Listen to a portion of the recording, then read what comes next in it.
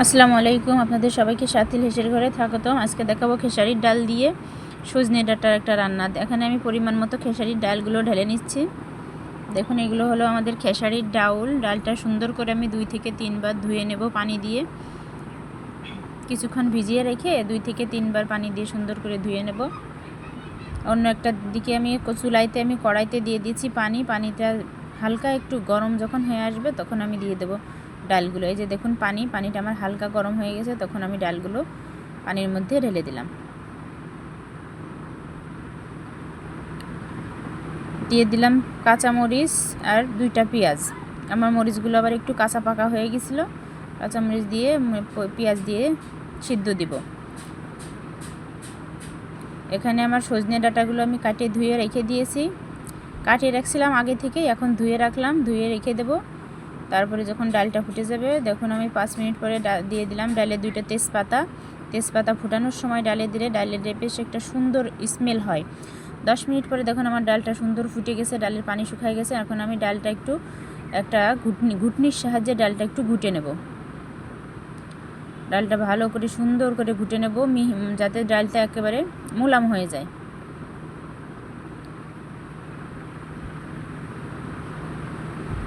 যতক্ষণ পর্যন্ত ডালটা না পুরো গলে যাচ্ছে, আমি ততক্ষণ পর্যন্ত ঘুটনিটার সাহায্য দিয়ে ডালটা ঘুটবো।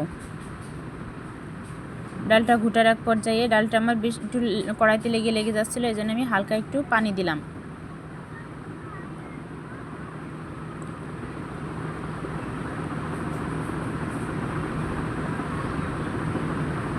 পানি দিয়ে দিলাম 1 চামচ লবণ, 1 চামচ ধনিয়া গুঁড়ো আর 1 চামচের মতো হলুদের গুঁড়ো দিয়ে আর একটু সুন্দর করে ঘুটে নিয়ে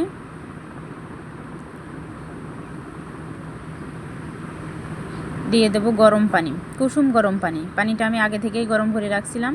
কুসুম গরম পানিটা সম্পূর্ণ দিয়ে ডালটা কড়াই থেকে চারিদিক থেকে নামিয়ে দিয়ে সুন্দর করে ঘুটনিটার সাহায্যে আমি পানিটা দিয়ে ধুয়ে নামাই দিচ্ছিলাম। নামাই দেওয়া হয়ে গেলে এবার আমি দিয়ে দেবো কাটিয়ে ধুয়ে রাখা সেই সজনে ডাঁটাগুলো। সজনে ডাঁটাগুলো দিয়ে আমি 5 থেকে 7 মিনিটের মতো সুন্দর করে ডালটা জাল দিয়ে নেব, যাতে ডালটা সুন্দর করে সিদ্ধ হয়ে যায়। দেখুন আমি নেড়ে দিয়ে দেখাচ্ছি কি সুন্দর বলক উঠেছে। এরকমের বলক উঠাইয়ে জাল করতে হবে। 5 থেকে 7 মিনিট পর জাল করা হয়ে গেলে একটা বাটিতে আমরা ঢেলে নেব ডালটা ঢেলে নিয়ে এখন আমরা ডালটা তেলে দেবো। চুলাতে কড়াই বসাই দিলাম। কড়াইতে দিয়ে দিলাম পরিমাণ মতো তেল। তেলের উপরে তেলটা গরম হলে দিয়ে দেব 2টা রসুন কুচি আর 1টা পেঁয়াজ কুচি। দিয়ে রসুন পেঁয়াজটা যখন আমার লাল লাল করে ভাজতে হবে 5 মিনিট ধরে।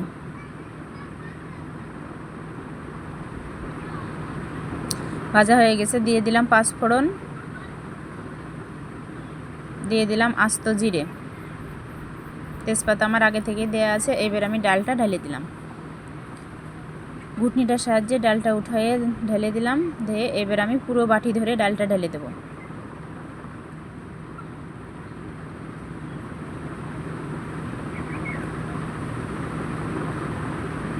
বাটি ধরে ডালটা ঢেলে দিয়ে একটু নাড়া দিয়ে দেবো।